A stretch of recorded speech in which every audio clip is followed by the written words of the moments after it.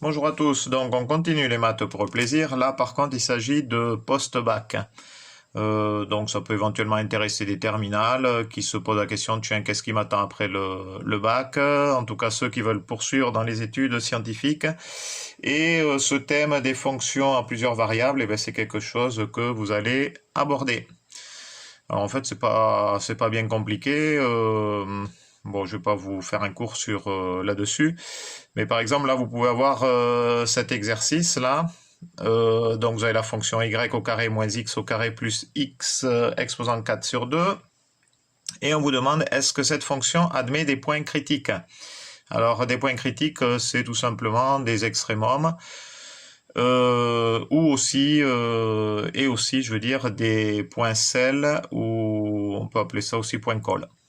Alors, ce que je fais, c'est que dans un premier temps, je vais saisir cette fonction dans un logiciel GeoGebra, par exemple, et je vais regarder en 3D s'il y a des chances qu'on trouve des points critiques ou points colle. Donc voilà, j'ai saisi ma fonction y au carré moins x au carré plus x 4 x puissance 4 sur 2. Et voilà en 3D, représentation graphique, ce que ça donne. Donc là, je vais déplacer. Alors, voyons voir. Ben voilà, on voit qu'en fait, il y a deux points critiques là. Ok. Donc là, on voit qu'on a nos deux points critiques. Hein. Deux points minimum ici, là. Voilà. Et on voit, on a un point colle ici, là. Là. Donc, vous voyez, hop, on peut regarder partout. Ouais. Logiquement, on devrait trouver 3 points critiques, là. Voilà. Ouais, 3 points critiques, donc 2 extrémums et un point colle. Alors on va vérifier ça avec le calcul, si effectivement c'est le cas. Ok. Alors les points critiques, donc pour les déterminer, il faut savoir que les points critiques annulent les dérivées partielles premières. Donc elles annulent les dérivées du premier ordre. Donc ce que l'on va faire, on va faire ces dérivées partielles. On va déterminer ces dérivées partielles. Donc on va commencer par dériver f en fonction de x par exemple. Donc on y va.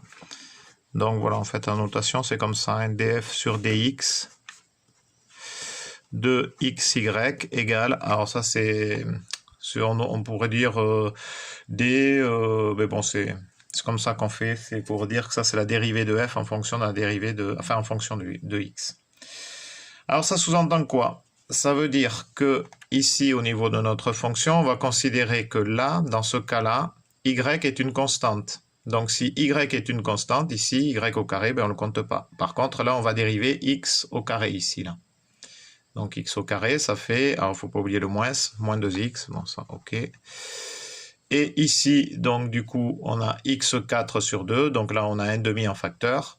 Donc x4 sur 2, alors pour y aller doucement pour ne pas se tromper, hop, je vais rétrécir parce que je vois que ça passe pas bien au niveau de l'écran. Voilà. Donc ça fait plus un demi multiplié par 4 x3. Voilà, c'est tout simple. Voilà, c'est ça, tout simplement. Donc, du coup, on va simplifier. Moins 2x plus 2x au cube. Voilà. Tiens, ça aurait été bien que je trouve aussi des fonctions où on devait garder le y. C'est dommage. Ok. Pour que ce soit plus pédagogique, mais bon, tant pis, je continue. Ensuite, donc, il faut faire la dérivée en fonction de y. De xy. Donc, cette fois, c'est y, c'est x qui est une constante. Donc, du coup, je dérive ici. Donc là, j'ai 2y. Et puis voilà. Et puis c'est tout. Puisque tout ça, après, c'est des constantes. Voilà. Donc, en fait, ce qu'il faut, c'est résoudre le système. Moins 2x plus 2x cube égale 0. Et 2y égale 0. Alors, déterminer les différents points qui vérifient ce système.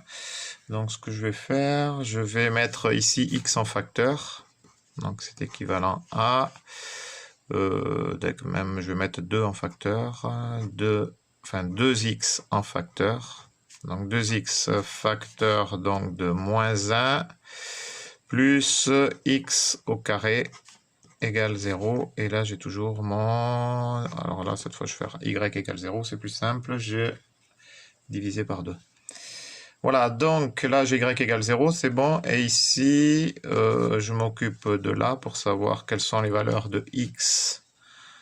Pour avoir 2x facteur de moins 1 plus x au carré qui est égal à 0. Et bien là, un produit de facteurs est nul si au moins un des deux facteurs est nul. Donc ça veut dire que ça c'est équivalent à x égale 0, ici, hein, ou x au carré égale 1. D'accord? Donc ça c'est équivalent à ou x égale 0 ou x égale donc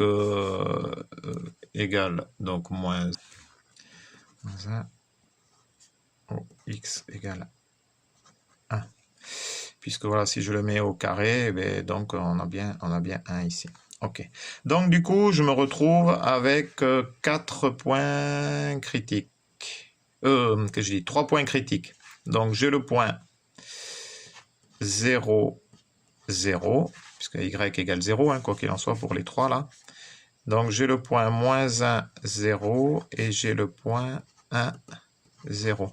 Tiens, pour info, on va regarder où il se situe sur la figure. Donc là où il se situe, ben, il me manque le... Donc là, j'ai x, y, x, y, x, y, il me manque z. Donc pour trouver le z, eh ben, z, c'est f de x, y.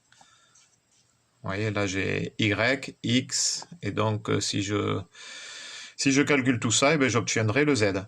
Voilà. La hauteur, du coup. Alors, on va le faire. Donc, je rappelle, j'ai la fonction, parce qu'ici, on ne voit pas bien, f de xy égale y au carré moins x au carré plus x4 sur 2. Donc, si je remplace par 0, ici, là, je prends le premier, je remplace par 0, et bien, j'aurai z égale 0.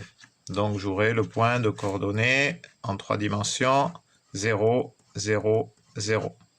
Ok, on va dire le point A, par exemple. Même ça pourrait être le point 0, puisque c'est 0, c'est l'origine du repère.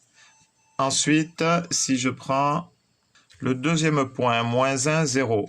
Donc, du coup, je remplace x par moins 1 et y par 0. Alors, je prends une autre feuille, parce que là, on n'y voit plus rien. Ça va être un peu justote. Hop. Alors, donc, le point moins 1, 0. Eh bien, on fait f de moins 1, 0. Égale, donc là, on a 0. Là, on a moins 1 au carré, donc ça fait moins 1, parce que moins 1, ça fait plus. Mais comme on a le moins, on garde le moins. Et ici, plus, donc moins 1. Là, cette fois, ça devient positif, plus 1 demi. Voilà. Et donc, c'est bien égal à moins 1 demi. Parce qu'ici, on a moins 2 sur moins 2. 1 moins 2, ça fait bien moins 1 demi. OK. Donc, du coup, là, on a le point, on pourra placer sur la figure, moins 1, point virgule, 0, point virgule, moins 1 demi. OK. Ensuite, on avait l'autre point. Donc, ça, c'est un troisième point critique. Alors, on va l'appeler cette fois le point A, par exemple. Ah, je ne devrais pas mettre de égal là. Si on met de égal au niveau de GeoGebra, mais pas là. Alors, voyons voir l'autre, c'était... L'autre, c'était 1, 0. Troisième point, 1, 0. Donc 1, 0, ben on fait pareil. Hop.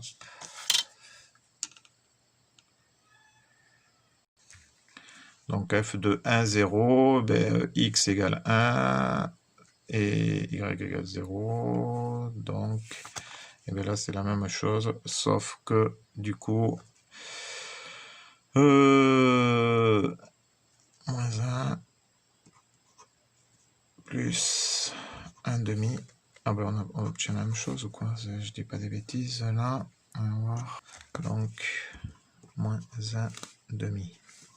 Voilà, donc là on a un deuxième point qui est le point, donc... pourquoi je mets toujours des 2 points comme ça? 1, point virgule 0, point virgule, moins 1,5. Voilà. Ben, on va regarder sur la figure, voir si on ne s'est pas trompé. Et donc on avait aussi l'autre point qui était le point origine, quoi, 0, point virgule 0, point virgule 0. Voilà. Donc voilà nos 3 points critiques. On va voir ça sur la figure. Voilà, donc j'ai saisi le point A de coordonnées moins 1, 0, moins 1,5. Hop, je fais entrer. Tac. Et je vais regarder sur la figure ce que ça donne. Alors, voyons voir. Eh bien oui, je l'ai là, mon point A. Eh bien, il est bien placé, donc je ne me suis pas trompé. Vous voyez, il est ici, là. Voilà, il est là, mon point A. À l'extrémum. Voilà. Ok, impeccable. On ne s'est pas trompé, au moins pour le point A. Ben, pour le point O, l'origine du repère, on ne s'est pas trompé, donc ça c'est un point colle. Hein. Voilà. Hop.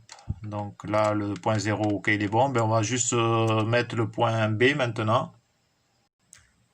Voilà, donc j'ai saisi ici mon point B, entrée. Hop. Commande inconnue, zut, qu'est-ce que j'ai fait là?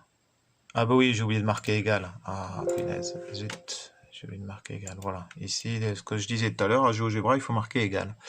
Bon, c'est un peu bizarre, mais il fonctionne comme ça, ce logiciel. Donc là, cette fois, je mets entrée. Ok, là, c'est bon. Et je vais voir ce que ça donne sur la représentation graphique. Super. Mon point B, il est bien placé. Il est là. Vous voyez, là, il est. Donc là, j'avais mon point A et j'ai mon point B.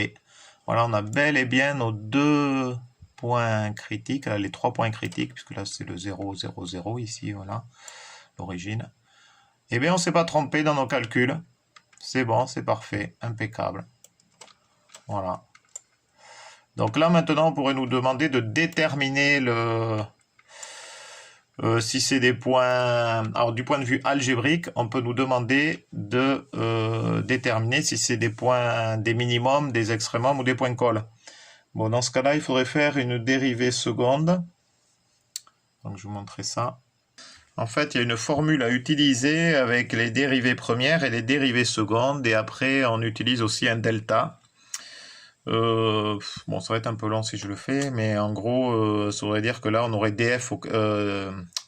ici, en fait, il faudrait faire d carré f sur dx au carré xy. Et en fait, on redériverait à nouveau ici. Hein, donc, ça nous ferait moins 2 du coup, et 2 fois 3, 6, plus 6x. Voilà, et il faudrait faire pareil aussi, dériver seconde aussi en fonction de y.